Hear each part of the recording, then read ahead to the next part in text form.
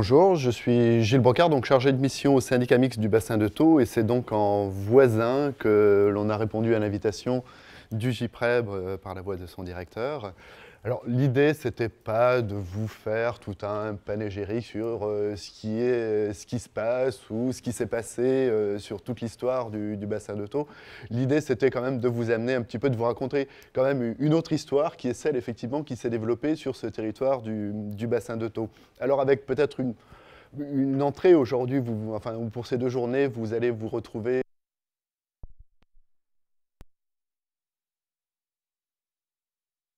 de l'outil de gestion ou de l'organisme de gestion de ce territoire de Thau, vous dire un petit peu quels sont aussi nos modes de faire, comment est-ce qu'on a travaillé, comment est-ce qu'on a pu collaborer ces dernières années, et puis peut-être vous donner des pistes de réflexion et alimenter un petit peu aussi votre réflexion avec effectivement ce qu'on avait convenu d'appeler avec Philippe un retour d'expérience, modestement, bien évidemment. Alors, tout d'abord, deux vues sorties d'un site qu'on ne nommera pas, mais qui nous est bien utile pour pouvoir comparer ce qui peut être comparable et d'amener à voir certaines choses. Juste un petit tableau aussi, évidemment, on ne peut pas s'empêcher de comparer ces 2 lagunes méditerranéennes. Alors, en termes de superficie, on a tout de suite vu qu'on était à peu près du simple au double, en termes de superficie lagunaire. En termes de volume,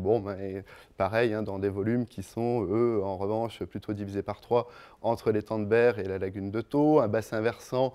pareil, de 1700 km² autour de l'étang de Berre et plutôt autour de 450 km².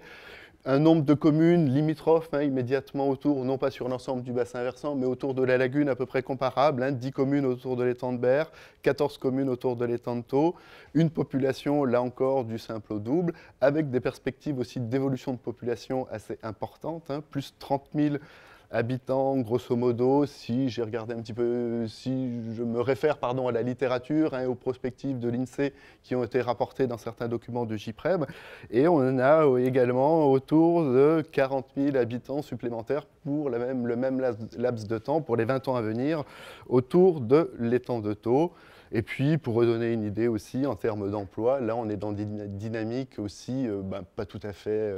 comparables, puisque l'histoire industrielle qui a été évoquée, au moins à ses démarrages tout à l'heure en début de matinée,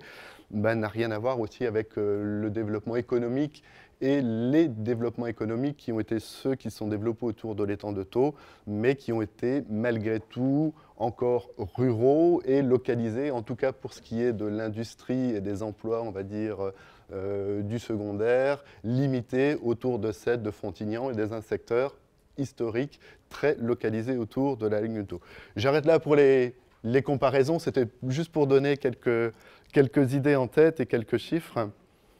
Alors, si on se recentre, si vous le voulez bien, autour de l'étang de Thau, eh bien, on est autour d'un environnement littoral et lagunaire assez exceptionnel, autant en termes de richesse botanique, ornithologique, en termes de biodiversité également, sous-marine, etc., avec des espèces emblématiques que vous pouvez voir là, effectivement, une des 2 familles d'hippocampes que l'on retrouve dans l'étang de Thau, avec des espaces aussi très spécifiques, tels que le lido, qui sépare la lagune du milieu côtier, et puis un réseau de lagunes aussi qui fonctionne plus ou moins tant bien que mal entre eux, différentes lagunes, celle de Thau, le complexe palavasien plus au nord, et puis on aurait pu rajouter vers le sud également une bulle autour de la lagune du Bagnas, etc. Donc un ensemble de lagunes qui fonctionnent en contact, en continuité ou discontinuité aussi, avec des ruptures qui sont celles des aménagements et de l'urbanisation, mais qui créent malgré tout un contexte en termes de biodiversité tout à fait de premier plan. Sur l'aspect économique, la lagune de Thau repose aussi sur l'utilisation de l'ensemble de ces milieux aquatiques. Alors, je vous laisse le temps de découvrir l'ensemble de ces activités, bien évidemment autour de la conchiliculture, activité primaire emblématique de l'étang de Thau, avec pas loin de 800 producteurs, 2000 emplois directs, auxquels on pourrait rajouter également à peu près 2000 emplois indirects, avec une production, bon an mal an, autour de 15 000 ou 18 000 tonnes de coquillages produits dans l'étang, avec un chiffre d'affaires qui se chiffre en plusieurs dizaines de milliers d'euros. Une pêche lagunaire aussi tout à fait importante sur la lagune, puisque cette année, on avait encore 276 licences professionnelles de pêche au petit métier uniquement sur la lagune de Thau. Là également avec 1000 emplois, autant d'emplois indirects, etc. 10 millions à peu près annuels de chiffre d'affaires.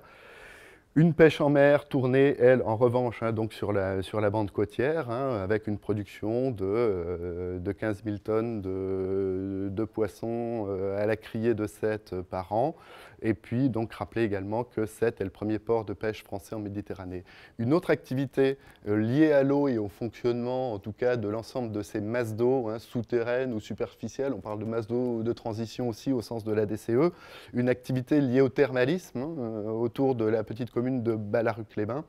puisque cette station thermale est la deuxième station de France, alors deuxième ou troisième, selon les chiffres ou les critères pris en compte, la compétition n'aura de cesse d'alimenter en tout cas une polémique. Je ne rentre pas dedans, toujours est-il qu'il y a 40 000 curistes par an qui fréquentent, qui utilisent donc cette station thermale de Ballaruc-les-Bains, avec, vous imaginez bien, le cortège aussi de personnes accompagnant les curistes, etc. Il aurait fallu ajouter effectivement aussi sur cette économie, bien évidemment, toute l'économie liée autour du nautisme, de la plaisance, du tourisme, etc.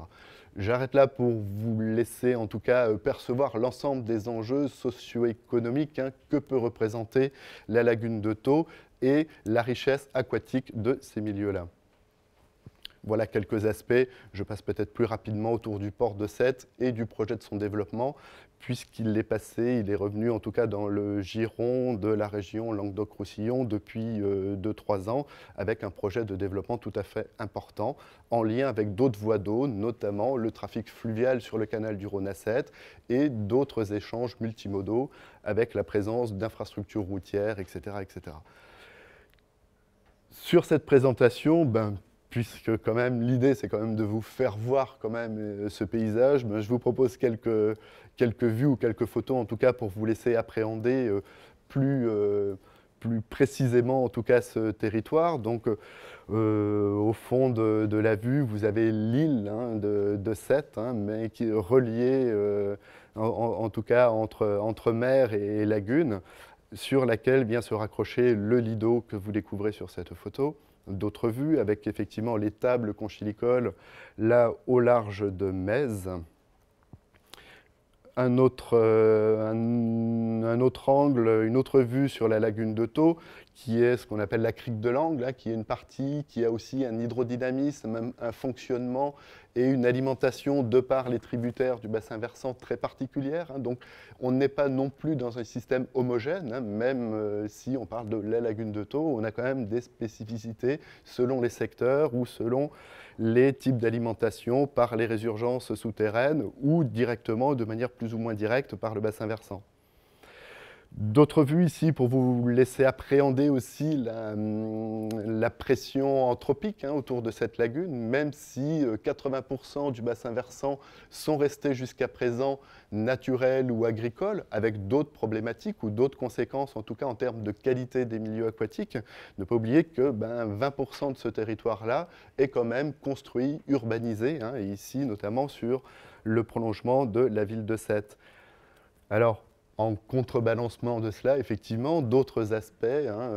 plus tournés vers la richesse des zones humides, ici sur les Sansouires et Présalé,